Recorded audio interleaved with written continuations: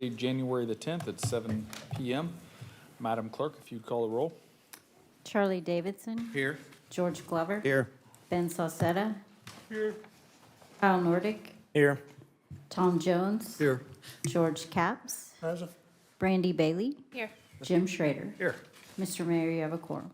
Thank you. Councilman Salcedo will lead us in the invocation, and I will lead the Pledge of Allegiance. If everybody would please stand. Let's pray here. Dear Heavenly Father, we thank you for this day that you've given us and the opportunity that we have to be again assembled here as we take on the matters of the city business. We ask for your wisdom and your guidance.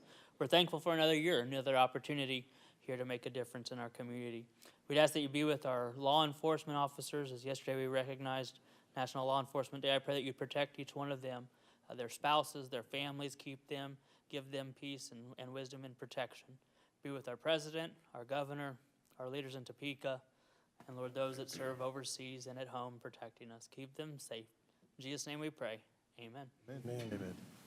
I pledge allegiance to the flag of the United States of America and to the republic for which it stands, one nation, under God, indivisible, with liberty and justice for all. Be seated. Okay, we'll start with approval of the agenda. Do I have a motion? Ben? Make a motion to approve the agenda as presented. Charlie? Motion and a second. Seeing no further comments. All in favor? Aye. All opposed? Motion passes 8-0.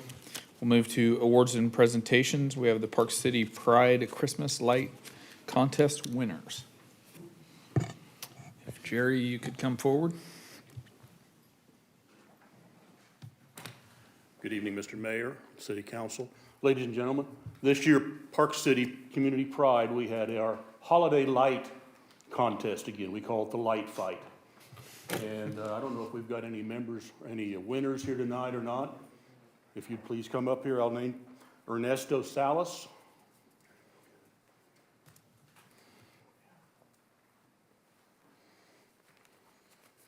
Congratulations. Thank you.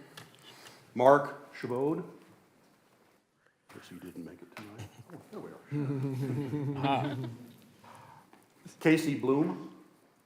I guess Baum, excuse me.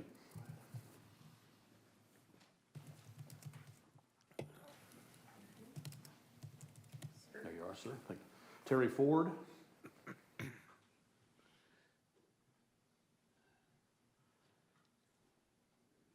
Congratulations. And Kevin Tuttle.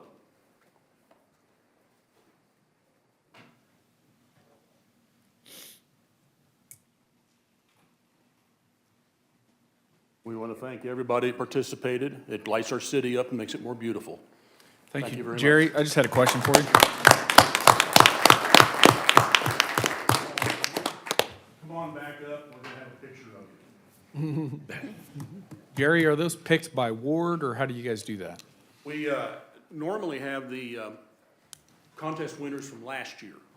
They go around one evening, all the entrants. Now, we had a couple wards that didn't enter this very well this year, so we only had 5 winners this year. But all wards were eligible. We had first and second place in all the wards that had entrants. Great. Great. So with the check they get, they have a responsibility for next year then? Yes, they have a responsibility to judges for next year. When you call them a year from now, all right? And you can pass it on. Jerry, this house won a couple years ago. Where do you You want want to do the picture right here?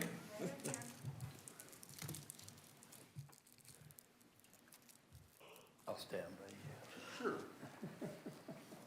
We'll break the camera together.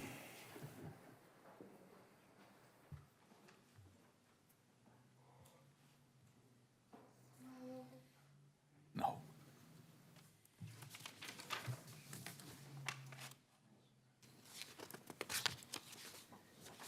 Thank you very much.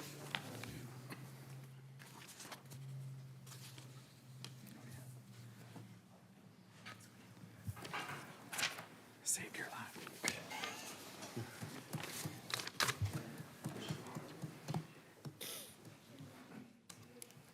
Thank you, Jerry. Okay, nobody signed up for public forum.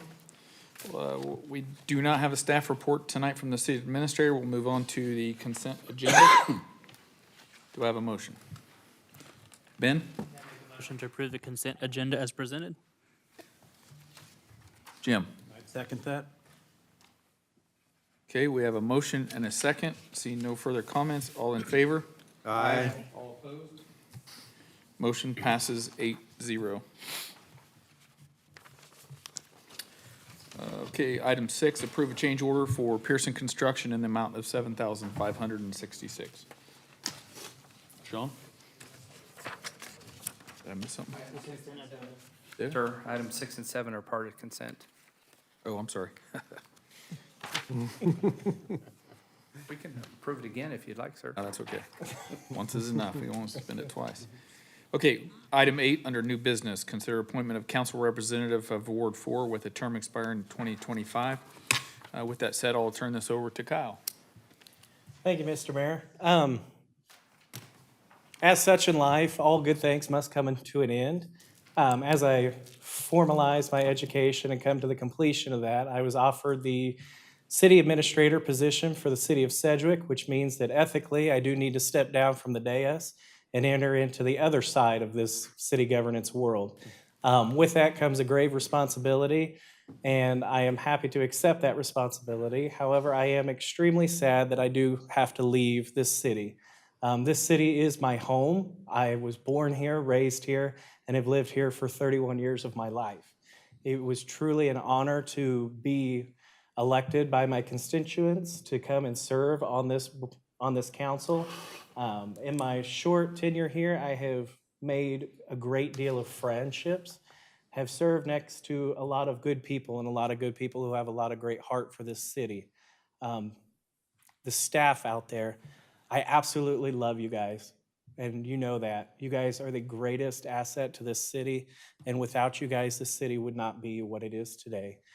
I truly hope that you guys continue to have that love in your heart and continue to help the next generation have that love and pride for Park City. With that, it is time for me to hand over my seat, and I am elated to hand over my seat to an individual who I feel is qualified for the position and who will continue on with the vision and legacy of Park City. Thank you all. All right. Thank you, Kyle. Appreciate your service to our city. Thank you. Appreciate you.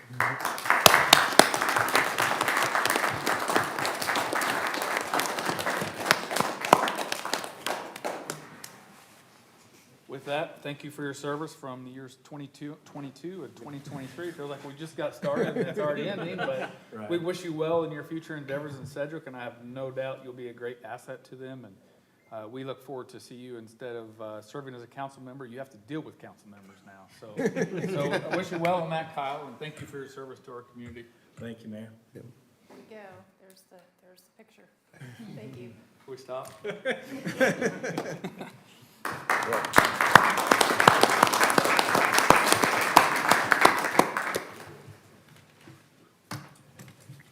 And Kyle has agreed that he serves as one of our delegates on the Chisholm Creek Utility Authority, and he will still be a resident of Park City, and he has agreed that he will continue to serve us with the CCUA. So thank you to him for that.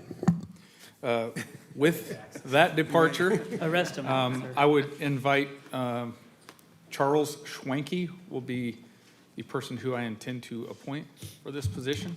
If he would come forward. You want me on up there, or? Do you want to swear him in down there, or how do you do that? Yeah, we probably ought to do that. Okay, so, council members, according to city ordinances, when a council member resigns from the council, it's the mayor's position to appoint a replacement for that position. I met Charles a couple years ago. I felt like his prior experience as a council member in another city for 8 years, and then 24 years as a member of the Planning Commission, and he was the chairman for 24 years, I guess it was. 23 years.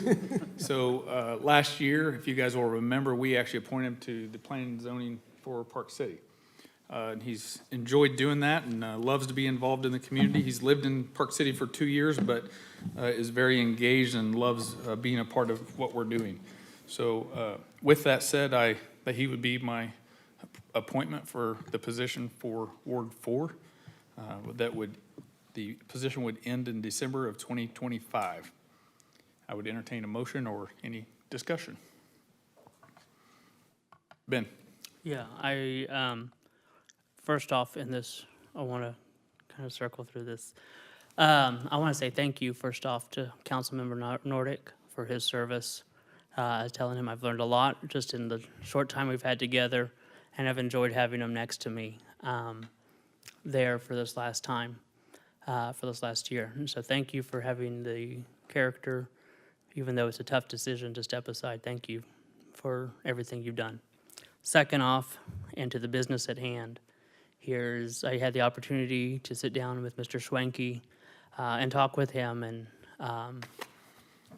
after the mayor had mentioned who he'd like to fill, and I feel completely at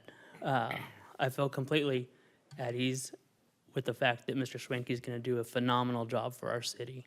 And I'm excited now to get a new seatmate, I guess, however you want to look at this. This is my third one in 2.5 years, in a year and a half, so I'm hoping you stick around there. But it's my privilege to nominate, or to accept the motion, or to make a motion to approve Charles Schwenke for the Ward 4 district, or Ward 4 position for city council member, or city council.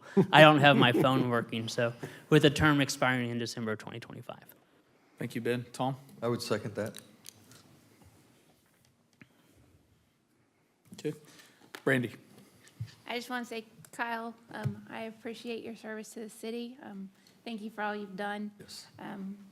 We will truly miss you, but I wish you the best of luck in the city of Sedgwick. They're lucky to be gaining you, but you're not too far away, because we'll still be working together on Chisholm Creek Utility Authority, and we know we have a lot of work there. So, but congratulations. And Charles, I've read your background, and I think you'll do a great job, and I'm looking forward to working with you and getting to know you as well.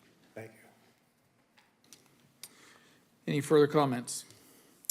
All right, with that said, we have a motion on the floor. Ben motion to approve the appointment of Charles Schwenke as council member of Ward 4 with term expiring December 25. All in favor? Aye. All opposed? Motion passes 7-0. Congratulations.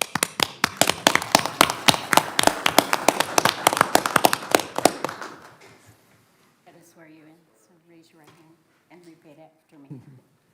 I do solemnly swear I do solemnly swear that I will support the Constitution of the United States that I will support the Constitution of the United States and the Constitution of the State of Kansas, and the Constitution of the State of Kansas, and faithfully, to the best of my ability, and faithfully, to the best of my ability, discharge the duties of council member, discharge the duties of council member. so help me God. So help me God.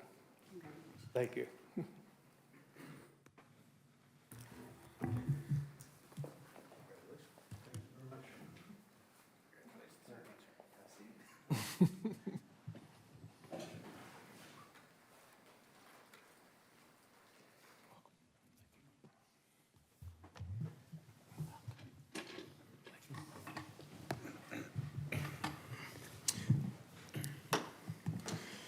Okay, we will move to item 9.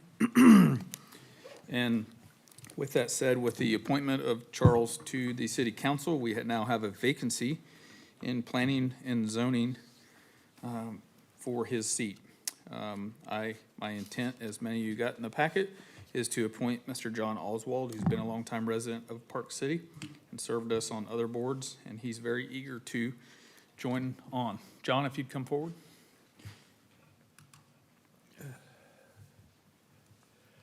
Just in case anybody has any questions, I would also, if anyone does have questions, you can feel free to ask him or pick him apart, and then I would entertain a motion. George Capps. I just want to make a motion. Go ahead. Mr. Oswald is a gentleman that I've known for many years, and I owe much of my success in life to Mr. Oswald. And I'm more than happy to move to approve John Oswald as a member of the Planning Commission Board of Zoning Appeals with a term expiring in 2025. Tom? I'm going to second that. Okay, have a motion and a second. Any further comments? Well, that was a lot easier. All in favor? Confidence. All opposed? Motion passes 8-0. Congratulations. Thank you for a vote of confidence. I appreciate it. Thank you for stepping up and serving the community. Okay. Move to item 10, discuss and consider election of council president. Randy? I would like to nominate Jim Schroeder to be council president this year. Whoops, I'm sorry. Ben? Yeah, it's been an honor to do this for the past year, and I'm excited to second that nomination for Jim Schroeder for council president for 2023, and I know that he would do a great job serving us. Okay, we have a motion and a second. Any further nominations for council president? Okay, see no further nominations. All in favor? Aye. Opposed? Motion passes 8-0. Congratulations, Jim. Thank you. Okay, on to item 11. Conduct a public hearing pursuant to Section 8-1012 of the Municipal Code to consider whether conditions existing on their property at 6603 North Hydraulic render it a blighted premises under Section 1009, 8-1009 of the Municipal Code. Doug?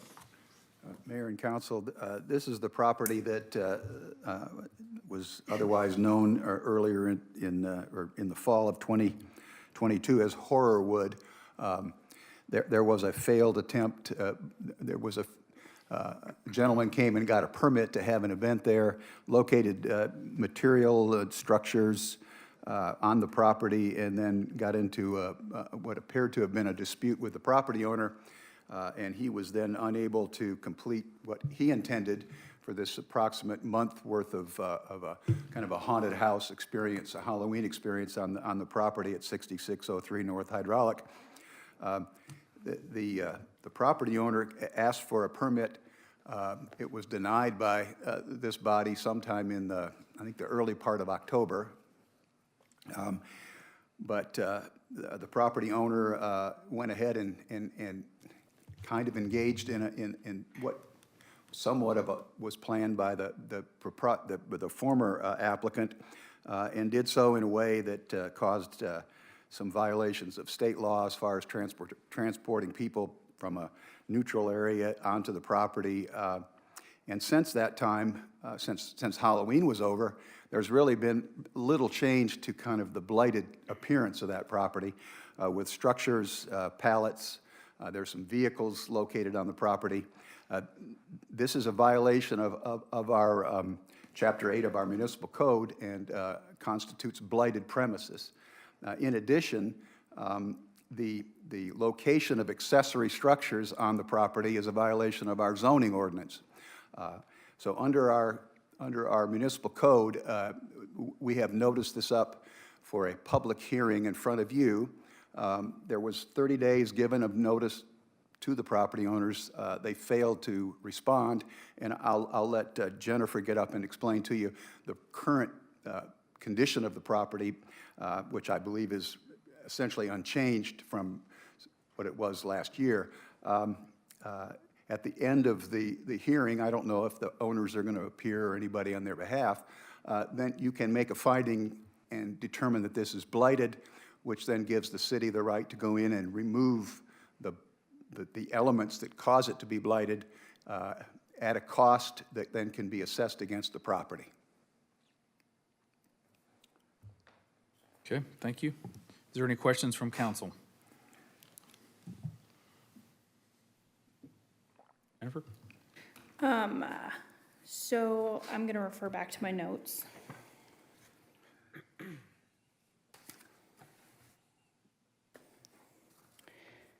Initially, we did start this case September 20th, called for a blighted property to consume the entire field next to the residence. There are several structures made out of pallets that are kind of extensive. There is several tarps over the pallets.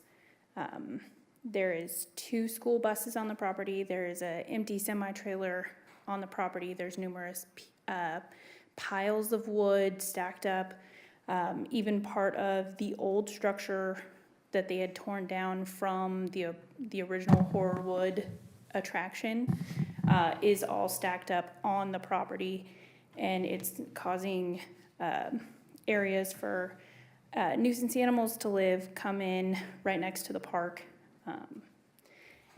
I did go out on December 5th. This was supposed to be about 4 or 5 days after I had spoke to a gentleman on the property, and it was still in violation. I had given him 30 days prior to get anything cleaned up, to get anything started. He had requested this because during Thanksgiving, he was gonna have family in town that could have helped him. On December 5th, I went out and nothing had been changed. So I had spoke with the city attorney, Doug, and we looked as far as the procedure, what the next step was. And at that time, it was to do a formal hearing. I did post the formal hearing notification to the front door, and I also sent it via certified mail. It did come back undeliverable. It had been attempted to be served 3 times, but nobody had officially signed for it or anything for tonight. When I came in to work today, I did go by the property and I did take several pictures, and nothing has been changed since December 5th. Okay. So Doug, what would be our next step after this discussion tonight? Ask if anybody in the public has anything to add. Anybody in the public would like to come forward and speak on this matter, please do so now. Good evening, Mayor. State- Jeff Stone.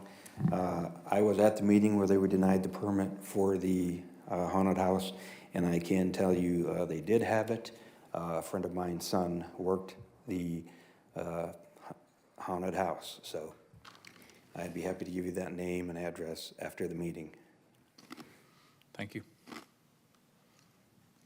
Anybody else like to come forward on this issue? Okay. Mayor and council, if nobody else has anything to offer, I would suggest that you have information in front of you that justifies you finding that this property is blighted under, let me give you the correct reference in the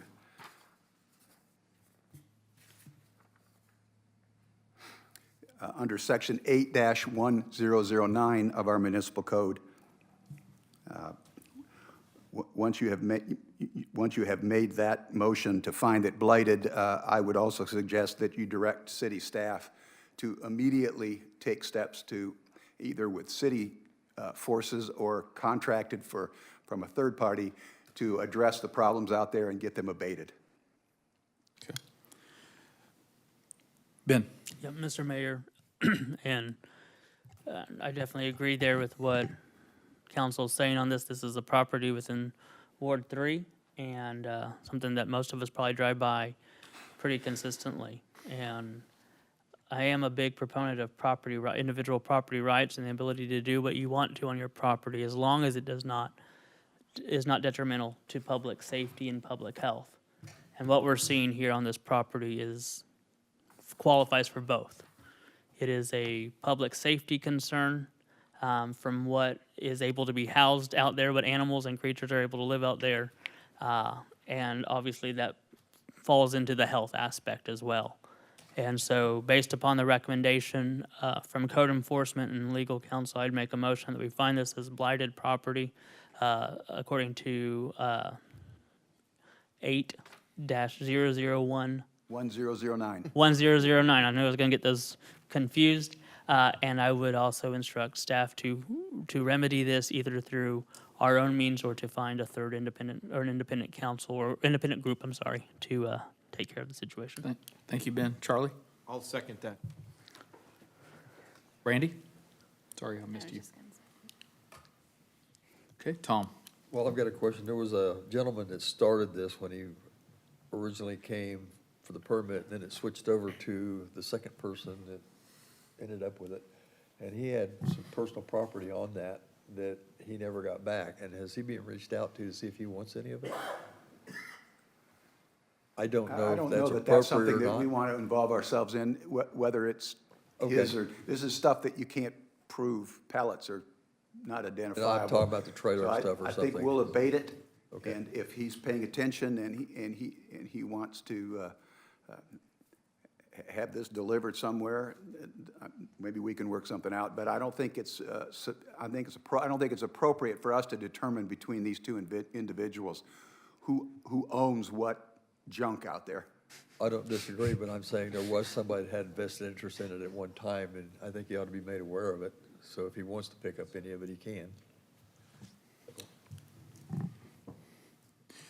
It doesn't sound like that's part of the motion, I guess. I just want to be clear. No, that's me after the fact Okay. making a statement. Okay, Definitely not part of the motion. just to be clear. Okay, seeing no further comment, all in favor? Aye. All opposed? Motion passes 8-0. Okay, item 12, consider ordinance amending section 14-202 of the municipal code, establishing the speed limit for 85th Street North. Doug? Mayor and council, we've had an awful lot of speed limit ordinances recently, and hopefully this is the last one. I did not catch this when we did the last change, which was just a couple of meetings ago, but 85th Street North was really not addressed in section 14-202, and as it's signed currently, it's quite confusing. As I said in the report, when you enter the city from either the east or the west, you're going from, it's set on outside the city limits at 55 miles an hour. There may be even signs that reduce that down to 40. But what this ordinance change does is it sets a uniform speed limit from the east city limits to the west city limits for 85th Street North at 50 miles per hour. Upon adoption of that, Public Works will arrange to get any conflicting signs taken down and appropriate signage put up. Thank you, Doug. Tom? Well, I discussed with the mayor, and 53rd Street is 55 miles an hour until the Park City city limits, and it drops to 40. Why would we want to be inconsistent on 85th Street? It's 40 everywhere else in town. I think 53rd, or 85th Street's 4 lanes. I mean, it's quite a bit, I mean, probably less traffic than what you're seeing on 53rd as far as congestion.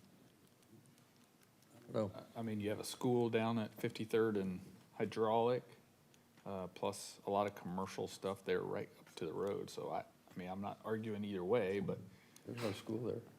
Heights High School? That's at Hillside.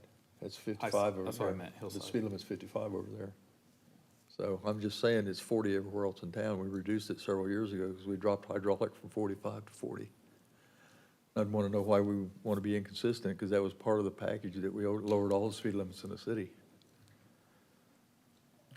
Well, sir, when we lowered all the speed limits, it was predicated on the commercial development, residential development. 85th is a little bit farther away. We have a lot more commercial development on 53rd Street than 85th. The only thing that's along there is Nyar, and that's it. We've got the camper land on the other side. That is correct, We sir. have some rental property there, or storage units now, and there's Yes, sir. opportunity for growth up there. Yes, sir. But I just wonder why we're being inconsistent, because we were told at that time that part of a national thing, that the residential streets would drop to 25 unless they were posted otherwise. Correct. In an ordinance. Correct. And that all main thoroughfares would go to 40. And I want to know why we're inconsistent. Well, I also don't remember ever saying anything when I presented that ordinance that all arterials were 40. That's, Well, unless they were previously marked. I mean, unless they were, at the time, we said if there had been specifically an ordinance written designated a speed limit, then we left it alone.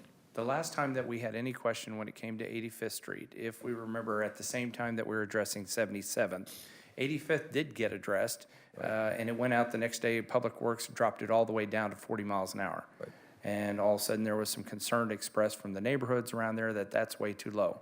Okay. A traffic study had been done at the time where when you do speed limits for setting speed limits and everything, you should be looking at what is it, the 85th percentile of what normally people are going to drive. And at the time, the speed study showed that 50 miles an hour is the 85th percentile. So that's why it is a little bit different. I can't answer for right now if there's inconsistency as far as 77th Street, 53rd, 60. I do know that there is less commercial traffic on 85th Street in the 85th percentile, and that was the recommendation from both Public Works and Public Safety. Well, So, probably been about a year and a half ago, we dropped the speed limit on hydraulic. We dropped it on 53rd Street from 45 to 40. yes, sir. So, okay. Ben? Yeah, I imagine that if development goes on along 85th Street North and we see anything, we can always come back and revisit that, just as we're doing right now. Okay, so I'd make a motion to approve ordinance 1157-2023, an ordinance amending section 14202 of the municipal code of the city of Park City relating to maximum speed limits and repealing the original of said section 14202. Thank you. Jim? I would second that. We have a motion by Ben, seconded by Jim. Seeing no further discussion. All in favor? Aye. That's Oh. roll call. Roll call. Oh, it is, I'm sorry. Charlie Davidson, Aye. George Glover, Aye. Ben Sosetta, Aye. Charles Schwenke, Aye. Tom Jones, Aye. George Capps, Aye. Brandy Bailey, Aye. Jim Schrader. Aye. Motion passes 8-0. Move to item 13, discuss and consider approval of a 3-year contract with iWork for code enforcement software. Chief?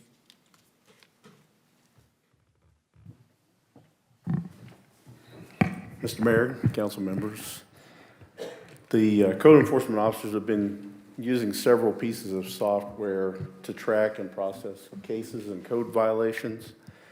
They currently use forms that were created by the department in Excel and Word and PDF forms.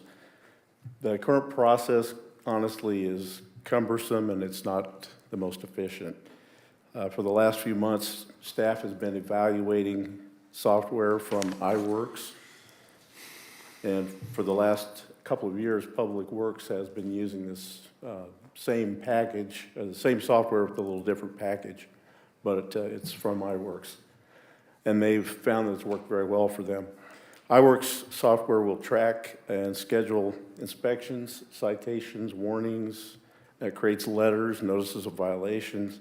They can even go out with the click of a button and attach photographs of the violations into the case without having to jump through a bunch of hoops in order to do that. The software is completely mobile, it's web-based, and it's customizable. So there's a feature that also allows citizens to submit complaints if we choose to activate that. This is a 3-year contract. The cost for the first year is $5,658, which includes the implementation fee, which was waived, by the way. The support and service fees may increase in subsequent years, but the sales contract states that they will not increase more than 5% per year. This is a budgeted expense, and staff recommends approval of the contract and the expenditure of the first year of the fees at $5,658. And I would be glad to answer any questions. Thank you, Chief. George? No, I don't have any questions, Chief. I would go ahead and make a move to approve and authorize the mayor to sign and execute a 3-year contract with iWork for code enforcement software in the amount of $5,658 for the first year. We have a motion and a second. Jim?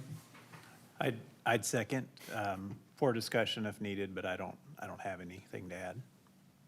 Okay. Charlie?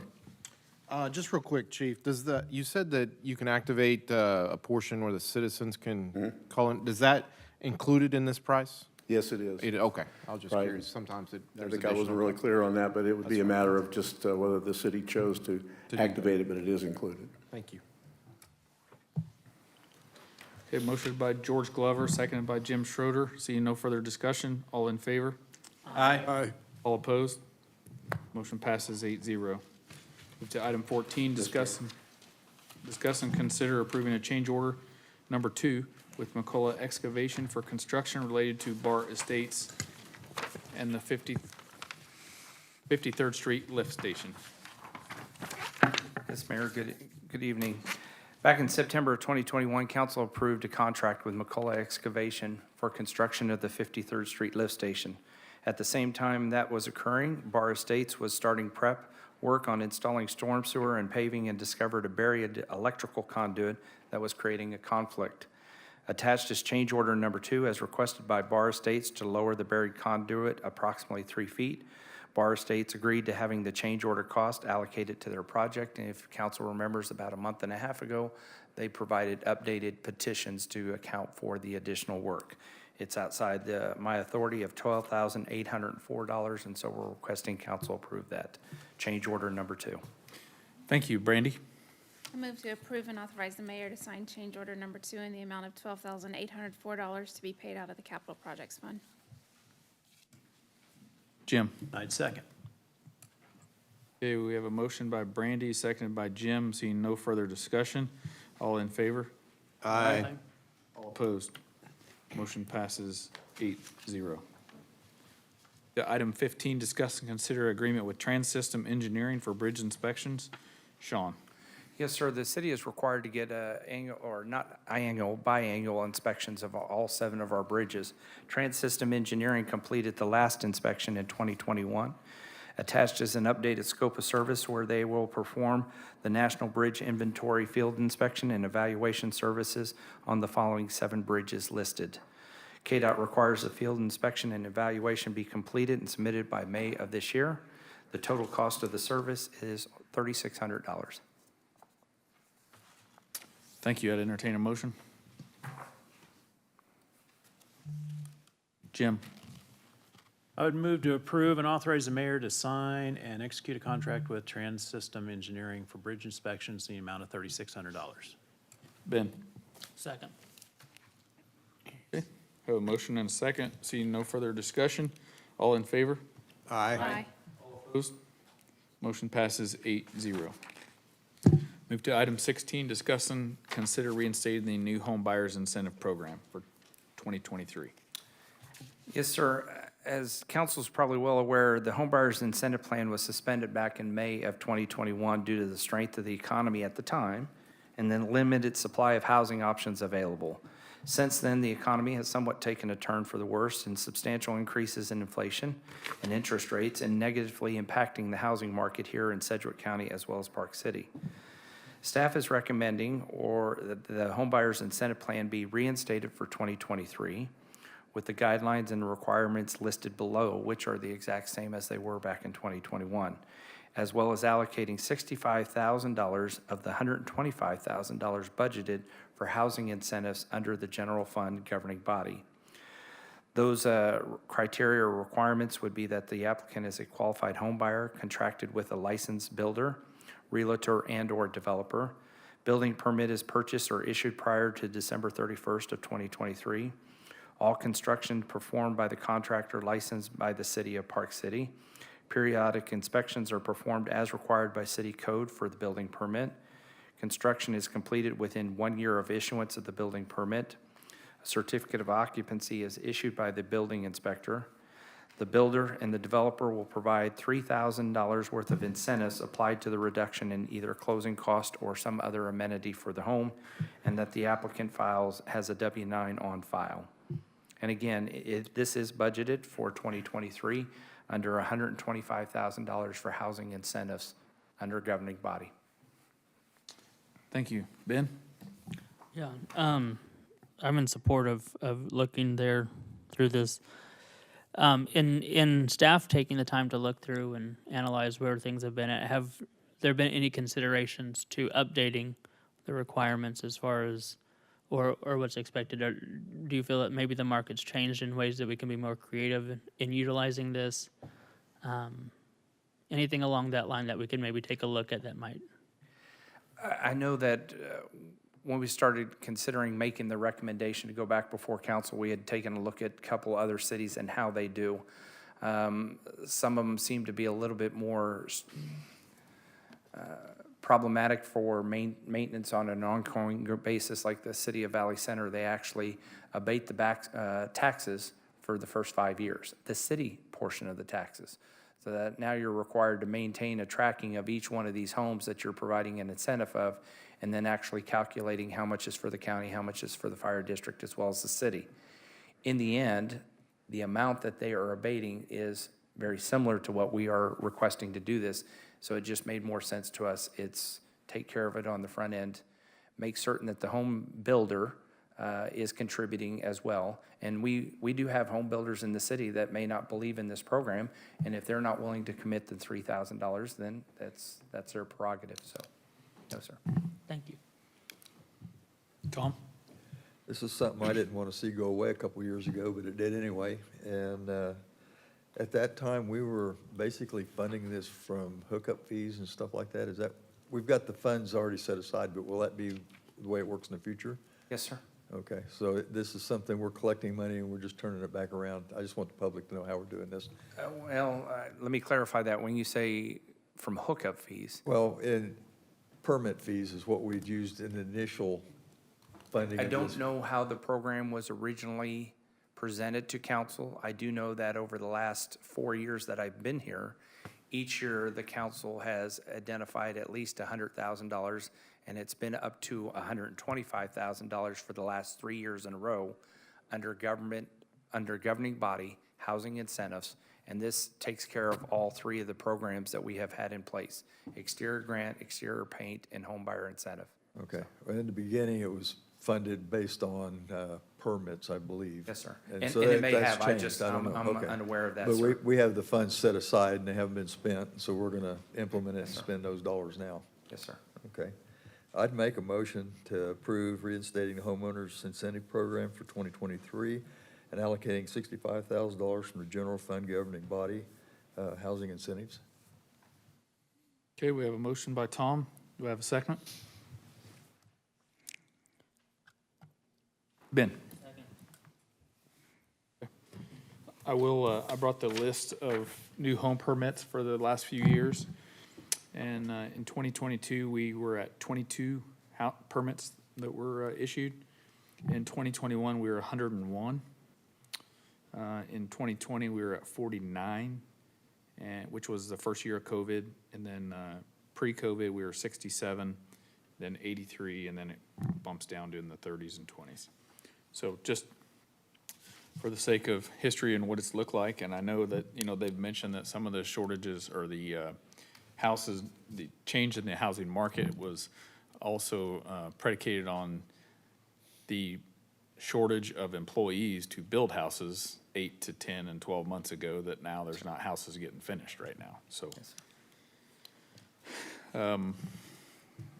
Tom, did you still have anything else? Yeah, I just pushed the button again. I was trying to remember, we discontinued this in 2020, didn't we? In late 2021, yes, sir. 21, okay. Yeah. And it wasn't so much discontinued, it was just suspended for the rest of the year. Right.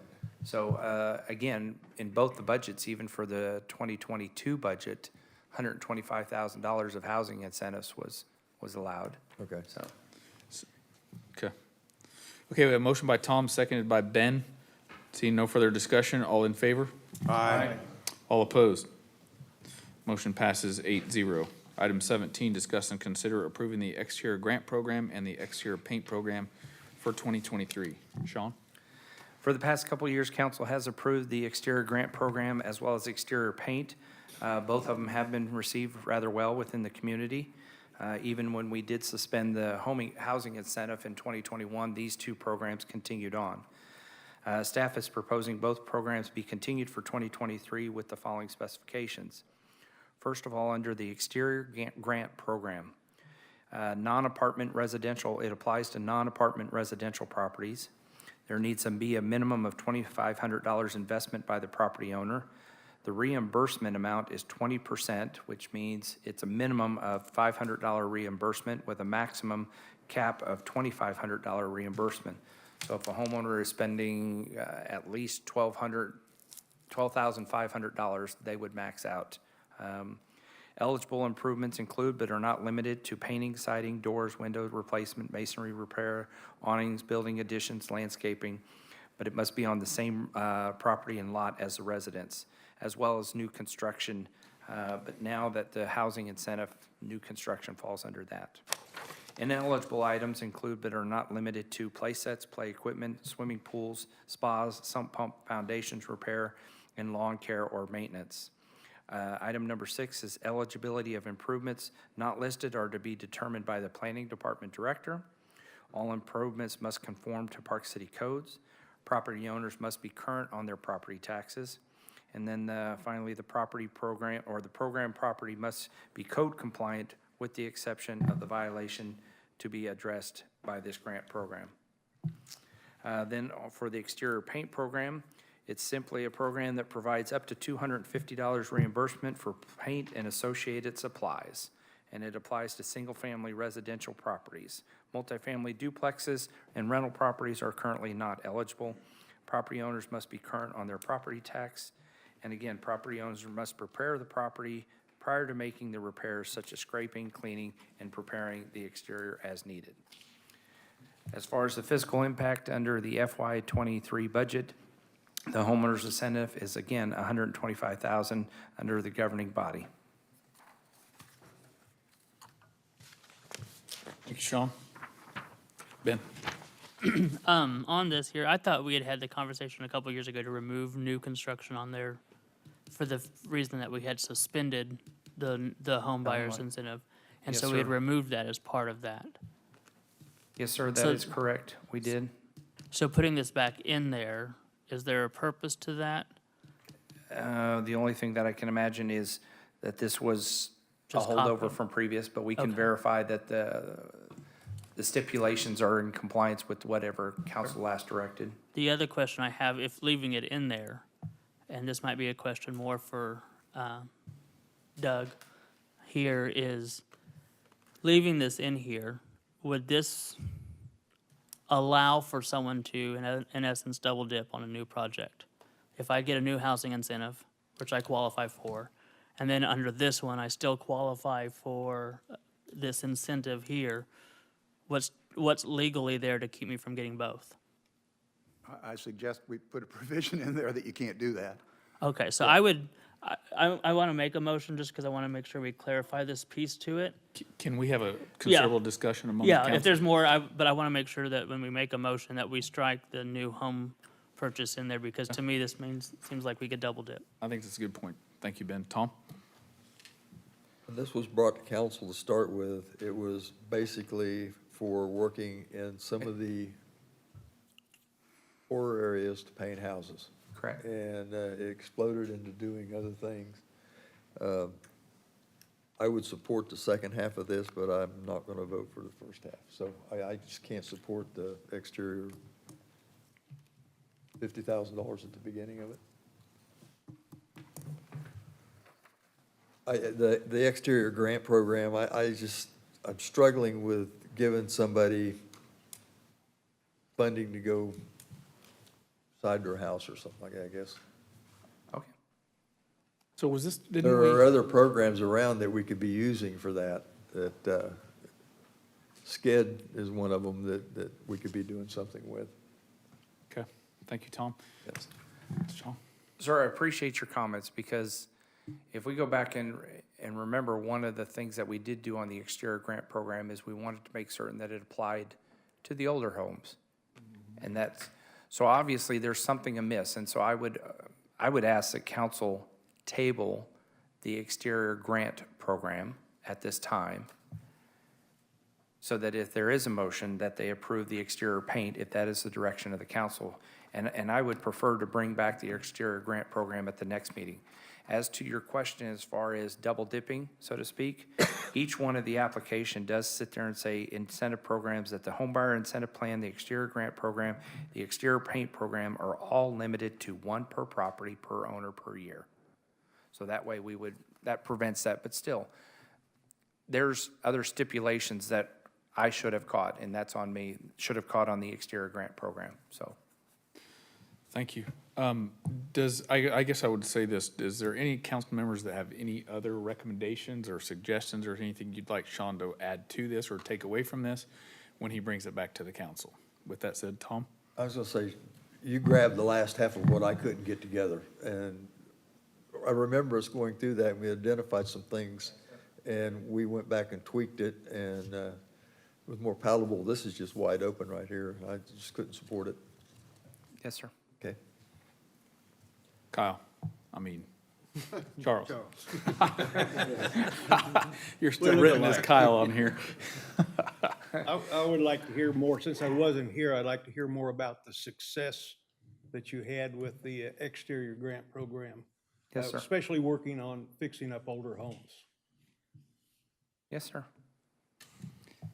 And didn't we put a date or an Over age 30. of the homes? Yeah, Like it when- had to be We older than did. 30 There- years. That's why I'm saying, I'm glad that the council member brought that up, because there was great discussion as to whether it's gonna be 30 years, is it a home, It was- only apply to homes that are older than 25 years or 30 years, and it was something that the whole council at the time said, this makes a little bit more sense, because there was 30 concerns years, about I that. believe, yeah. That's why I'd like to bring it back, and yes, sir, I can get that information to you. Thank you.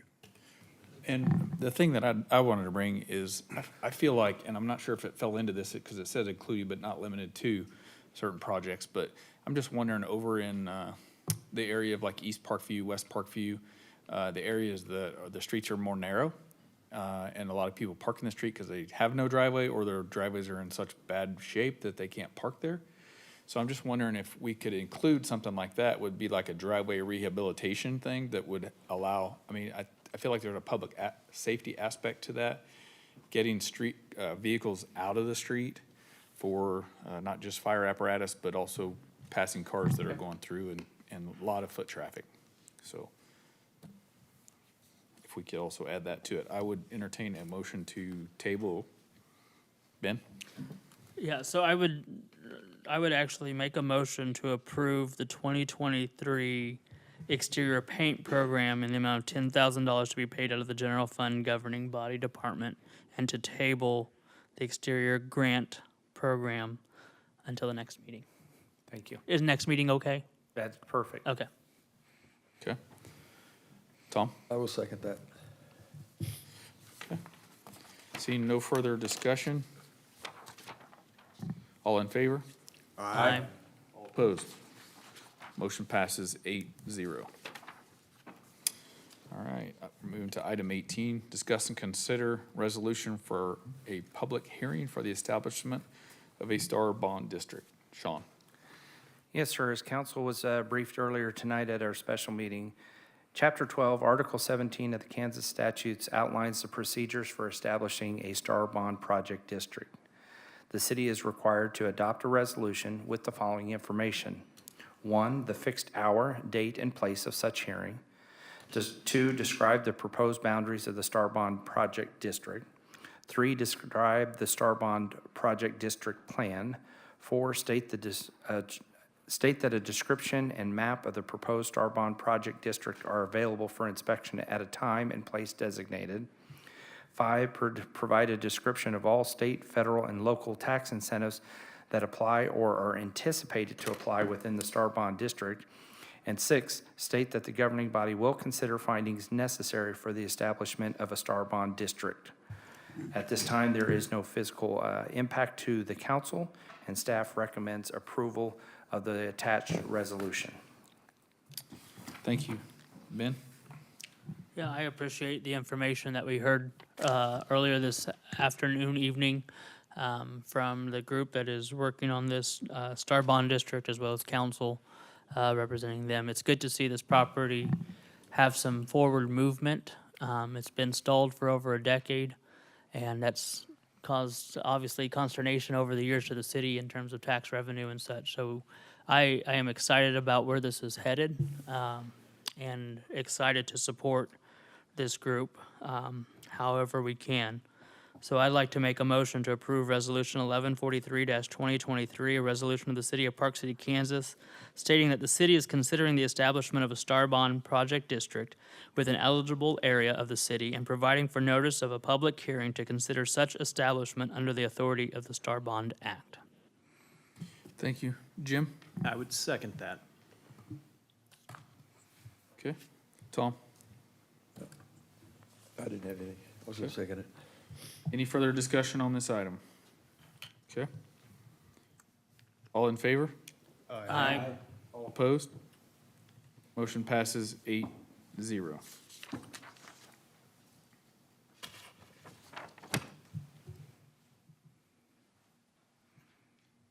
Sorry, give me just a second.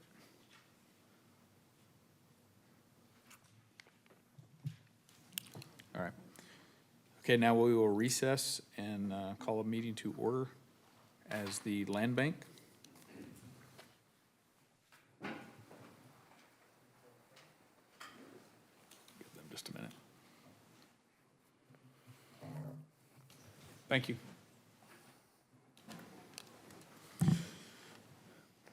Okay, we're now convened as the Land Bank. Our meeting is called to order. Item number 1 is discuss and consider annual selection of chairperson, vice chairperson, treasurer, and treasurer from the Land Bank Board of Trustees membership pursuant to KSA 12-5904A. Ben? Yeah, in keeping with how we've done this for several years, I recommend, or make a motion to appoint Mayor John Lanier to serve as chairperson, Jim Schrader to serve as vice chairperson, and City Clerk Marla Rugg to serve as treasurer of the Park City, Kansas Land Bank for a term of 1 year. George Glover? Yeah, I'll second the motion. Okay, we have a motion and a second. All in favor? Aye. All opposed? Motion passes 8-0. Okay, we will adjourn as the Land Bank and reconvene as the governing body. Now we have nothing left on the agenda to do except for governing body reports. I will start with Jim. I just wanted to make a comment. Thanks Kyle for his time on the council. And welcome Charles to the seat, and look forward to working with you. And also just wanted to note, thanks Ben for his past year on council president, and thank you all for your vote of confidence tonight, and putting me in that spot for next year. So that's all I have to say. Thank you. Thank you. Brandy? I just want to reiterate, welcome to Charles. I'm looking forward to working with you and getting to know you. And also, I serve on the Convention and Tourism Board, and they met on last Tuesday. And one new thing that they've added is the sponsorship for ICT Regulators, which is indoor football. And they'll have 6 games. They're all home games. None of them will be away, so we'll be bringing in 6 teams from Missouri, Texas, and Kansas to play in that league. So new things are happening there. Brandy? George Capps? I just welcome Charles. Thank you, George. Good to have you aboard, and that's all I have. Thank you. Tom? I'd like to welcome Charles. I had an opportunity to meet him on the planning commission, and good to see you here. Thank you, Tom. One other thing I wanted to let, KDOT's done musical chairs. The secretary retired. The assistant secretary has taken her place acting, and there's a couple of people moving up. The local office has changed. Don Snyder's no longer here. And so there's some movement around in KDOT. So that's all I got. Thank you. Charles? Well, I want to thank you, John, for your vote of confidence in asking me to step up and take this position. It was, being here just a couple of years, it's a little nerving to walk into something like this and try to catch up. And I'm not caught up, but boy, my little feet are just running like this. It's, serving on council and planning commission in Colby, Kansas, had its value to me, but this is definitely a notch above where I was in Colby. We were a little bit more, we didn't have microphones, with buttons to push, This is really nice, but I was going to introduce my wife while she's here, but she snuck out just a second. And my son was back there, and he snuck out, but I know he had to go back to work, so. But anyway, I hope that, I'm sure this is going to be a wonderful experience for me, and the direction that this town is heading right now is just, to me, it's astonishing. You know, a couple of years ago when we moved here, and driving around the town and looking at the area it's in, and I thought, man, this is a diamond. You know, it's a diamond in the rough right now, but there is so much possibility here. And in 2 years, you know, it's like, boom. And then with the STAR project, that's a once-in-a-lifetime event, you know, to have happen in your area, you know. So I'm thrilled with that. I'm thrilled to be part of it. So thank you all. Thank you. So something I missed earlier, I couldn't get this to pull up on my computer, but Charles sent me his bio, and as he mentioned, his wife was here, his wife of 50 years. They live obviously in Ward 4 down in Wyndham. He's been there for a couple years. His prior life experience, he's owned and operated a bowling center in Colby for 45 years, and a 100-unit mini storage facility as well.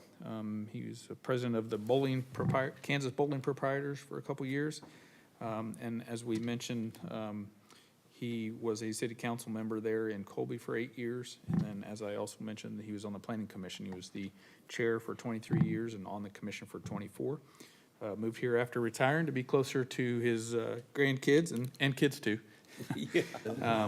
So we're looking forward to your prior experience and getting some, helping us, you know, weigh in on things we're doing right and wrong. And we look forward to your contributions to the city. So far, you're doing great. So far, you're headed in the right direction. It's going to be easy. Good job, Kyle. So Ben. Yes, first off, I want to say Merry Christmas, Happy New Year. I was absent the last meeting with the flu, and so it is great to be able to see everybody's faces here, first off. Second off, I want to say thank you again to Kyle for the work that he has done over the last year. I sure have appreciated sitting next to him and learning and listening and bouncing ideas and such. And so thank you, Kyle, for your service to our city on council, but I'm sure that it won't be the end of what we hear from you. And then I'm also excited to serve with Mr. Schwenke and look forward to learning from him as well as I get to sit next to him and glean from those years of experience that you have. So I'm excited for that. A lot of years. Yes. I don't have as many in, but I appreciate that. And then finally, I wanted to bring up here, we've had obviously a couple changes over the last few weeks, obviously with Kyle stepping off, Charles stepping on, and such. I would like to say maybe consider we got to fill a board seat that Kyle had, board liaison position that Kyle had, and then also, I know there's two of us actually that don't actually have any board liaison positions as the actual liaison. I think both George Glover and I both serve as alternates. Well, I have one and he has two, and then finding Charles a spot. So maybe looking at re-examining. I know we just covered that in December, but with some of these shortages and things, it might be a good time just to re-examine and make sure. So I guess, I know we're in council comments, but it's a good point to bring up. Kyle was the liaison to the Park and Rec and Tree Advisory Boards, which Ben did mention to me this past week that he was interested in taking that spot, if nobody opposed to it. And then, so he was an alternate. Getting that right? Give me just a second here. Oh, that's it. Oh, he was CCUA, which he's going to continue to do the CCUA.